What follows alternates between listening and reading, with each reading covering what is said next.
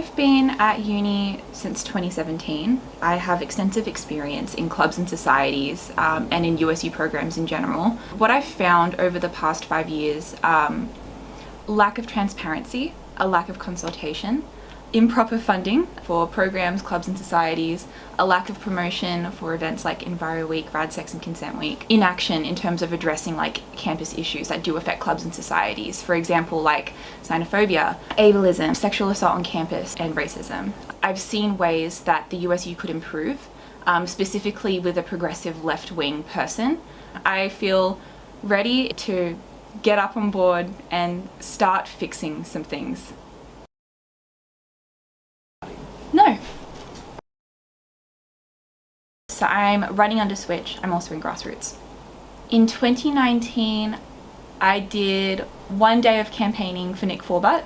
In 2017, when I was in first year, I campaigned for Brendan Marr. And I know it looks bad. I think this is a problem that I've had with big clubs and societies like pipeline into conservatism. When I was in first year, I joined SAS and they saw me a first year and they went, "Hey, you're a woman, can you run on the Women for SRC ticket?" They didn't explain it, and they clearly weren't for women because they didn't even like tell me how to make my policies, they just made me run. And then I got chickenpox and I didn't actually campaign. I've always been progressive and left-leaning. I am anti-racist, feminist, environmentally conscious, and I'm kind of constantly developing my politics to be more left every day. A common misconception is that the USU is a neutral organisation.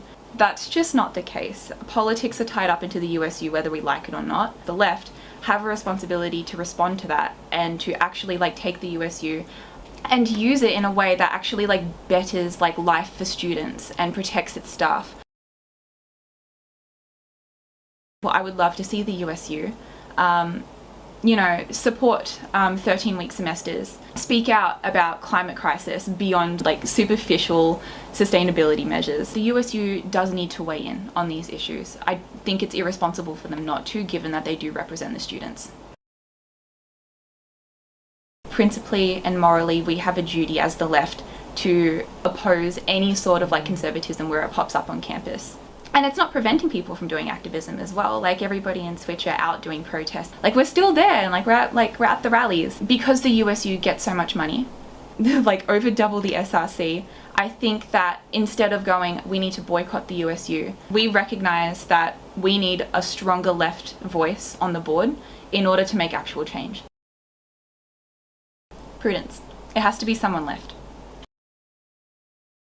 I understand that they had a challenging time dealing with COVID, especially because the board before COVID wasn't equipped to like fully transition online. What I will say is that I strongly condemn the board's decision to cut staff capacity and to change the funding model for clubs and societies without proper consultation. At the very least, what the board should have done was like actually like tell staff that they were getting their like job capacity cut. Like I feel like that was quite ridiculous. And not set up a random Zoom call like an hour before to talk to clubs and societies. Not having the financial report in front of me, I would say that there were other things that the USU could have done before going straight to cutting staff capacity to 60%. No, I would have done everything in my power to protect staff and students. That's an easy one. I think that staff are essential to the functioning of the USU. You can't cut staff capacity during a time of crisis. That's counterintuitive to getting through the crisis in general. And I will do everything in my power to make sure that doesn't happen again. I think now is the perfect time to invest in student life again. I need to reform the austerity measures put in place during COVID. For example, the language exchange program we need to strengthen. I would like to see a peer support program put in place for students who are still stuck overseas or aren't able to engage with campus life properly. Money funneled into clubs and societies because they're the ones who actually like get the most reach and they're the ones who create like campus culture beyond like just the USU's programs. All of that stuff, like considering that the USU were just talking about how there was a surplus, are things that we can definitely do over the next year, and I would really like to do that on board. First of all, the tiered system is not enough money. Clubs like over 320 get like $2,600, I think. It's not enough to run a society with 320 students. Small clubs and societies provide such a like enriching safe space for kids, not for kids, for students. Myself being president of POC Review, getting like literally $300 because we had less than 20 cast members was really hard, and we like went by like a really tight budget this year because we just did not have the funding. There were issues with the previous model, but I much prefer it over the tiered system that we have now. The USU does have a transparency issue, and it is a flaw with like the structure of the USU within itself. We have board directors who do have fiduciary duty, and they are liable in case the USU goes insolvent. That being said, people don't want to be held accountable for their actions because they know that it impacts students badly. What I would like to see is minutes published, updated. I want the minutes to talk about what was discussed in camera, or the general gist of it. I would strongly oppose any unnecessary going in camera whilst on board. And student media are encouraged to go to USU meetings. It's not known that students can also like watch. Let's do that. Transparency review again, let's publish it. And then the last thing that I want to do is set up regular consultation hours with staff and clubs and society executives, whether that be through like a forum, a Zoom call, it really doesn't matter. It just needs to be there.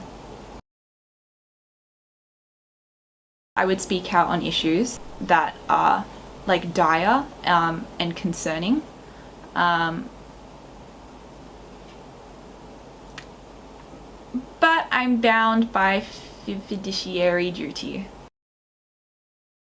No, the USU is a not-for-profit. I think that we should be investing all surplus into student life and like campus infrastructure programs. Use every dollar. If we invest in student life and student culture, funding will follow.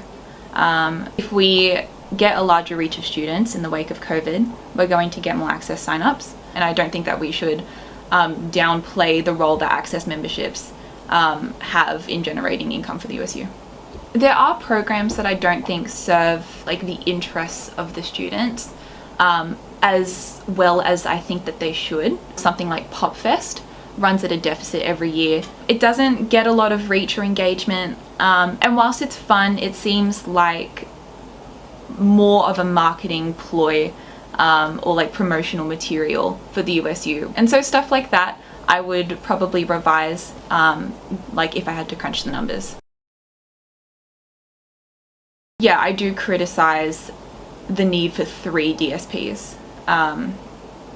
Yeah, and their involvement in going over PULP articles as they have in the past.